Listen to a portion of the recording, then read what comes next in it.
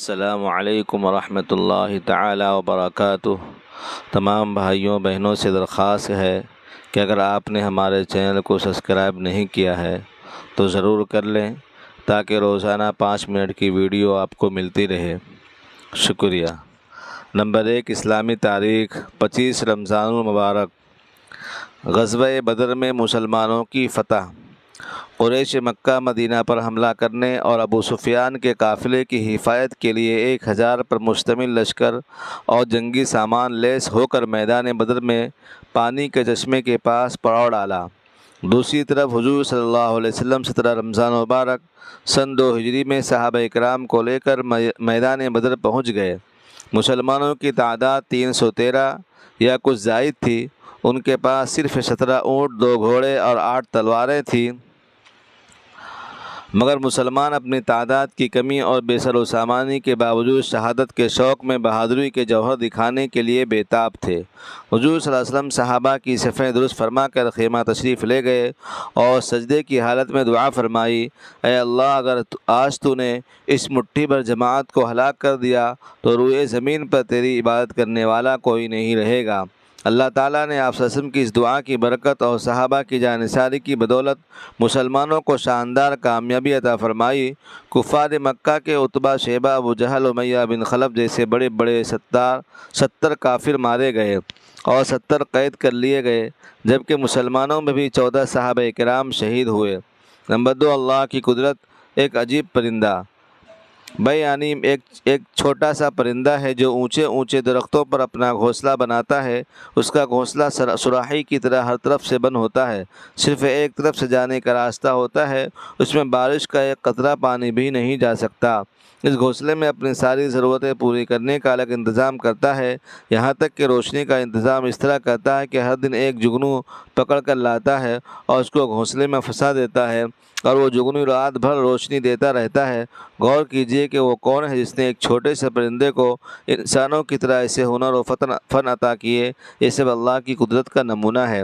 Number 3، ایک فرض کے بارے میں۔ رسول اللہ نے فرمایا، اے لوگوں، تم پر حج فرض کر دیا گیا، لہٰذا اس کو ادا کرنے کی فکر کرو۔ فائدہ: جو کوئی اپنے گھر کے نان و نفقہ کے علاوہ حج کرنے پر قدرت رکھتا ہو تو ایسے شخص پر حج کرنا فرض ہے۔ نمبر 4، ایک سنت کے بارے میں۔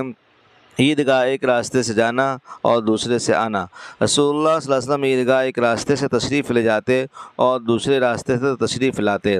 نمبر 5، کسی کو کھلانے پلانے کا انعام۔ رسول اللہ نے فرمایا، جو شخص اپنے مسلمان بھائی کو کھانا کھلائے، حتیٰ کہ اس کو سیر کرا دے اور اس کو پانی پلائے یہاں تک کہ اس کی پیاس بجھا دے، تو اللہ تعالیٰ اس کو جہنم سے 7 خندقیں دور کر دیں گے، جن میں سے ہر ایک 2 خندقوں کے درمیان 500 سال کی دوری ہوگی۔ نمبر 6، گناہ کے بارے میں۔ رسول اللہ نے فرمایا، جو شخص اپنے پیچھے خزانہ چھوڑے تو وہ خزانہ ایک گنجا 2 نقطے والا سانپ بن کر قیامت کے دن اس شخص کے پیچھے لگ جائے گا۔ وہ شخص گھبرا کر کہے گا، تو کیا بلا ہے؟ وہ کہے گا کہ میں تیرا خزانہ ہوں جس کو تو چھوڑ کر آیا تھا۔ پھر وہ سانپ اس کے ہاتھ کو کھا لے گا، پھر سارے بدن کو کھائے گا۔ نمبر 7، دنیا کے بارے میں۔ رسول اللہ نے فرمایا، ابن آدم کو دنیا میں صرف 4 چیزوں کے علاوہ اور کسی کی ضرورت نہیں۔ نمبر 1، گھر جس میں وہ رہتا ہے۔ نمبر 2، کپڑا جس سے وہ صدر چھپاتا ہے۔ نمبر 3، خشک روٹی۔ نمبر 4، پانی۔ نمبر 8، آخرت کے بارے میں۔ قرآن میں اللہ تعالیٰ فرماتا ہے، بے شک زقوم کا درخت بڑے مجرم کا کھانا ہوگا، جو تیل کی تلچھٹ جیسا ہوگا، وہ پیٹ میں تیز گرم پانی کی طرح کھولتا ہوگا۔ کہا جائے گا، اس گنہگار کو پکڑ لو اور گھسیٹتے ہوئے دوزخ کے بیچ میں لے جاؤ، پھر اس کے سر پر تکلیف دینے والا کھولتا ہوا پانی ڈالو۔ پھر کہا جائے گا، عذاب کا مزہ چکھ، تو اپنے آپ کو بڑی عزت والا، شان والا سمجھتا تھا، یہی وہ عذاب ہے، اس کے بارے میں تم شک کیا کرتے تھے۔ سورہ دخان۔ نمبر 9، قرآن سے علاج۔ سورہ فاتحہ سے علاج۔ رسول اللہ صلی اللہ علیہ وسلم نے فرمایا، سورہ فاتحہ مرضی کی دوا ہے۔ فائدہ: علامہ ابن قیم رحمۃ اللہ فرماتے ہیں کہ اگر جسم میں کہیں درد ہو تو درد کی جگہ ہاتھ رکھ کر 7 مرتبہ سورہ فاتحہ پڑھے، انشاءاللہ آرام ملے گا۔ نمبر 10، قرآن کی نصیحت۔ قرآن میں اللہ تعالیٰ فرماتا ہے، ایمان والو، اگر کوئی گنہگار تمہارے پاس کوئی خبر لے کر آئے تو اس کی تحقیق کر لیا کرو، کہیں ایسا نہ ہو کہ تم کسی قوم کو اپنی لا علمی سے کوئی نقصان پہنچا دو، پھر تم کو اپنے کیے ہوئے اوپر پچھتانا پڑے۔ سورہ حجرات۔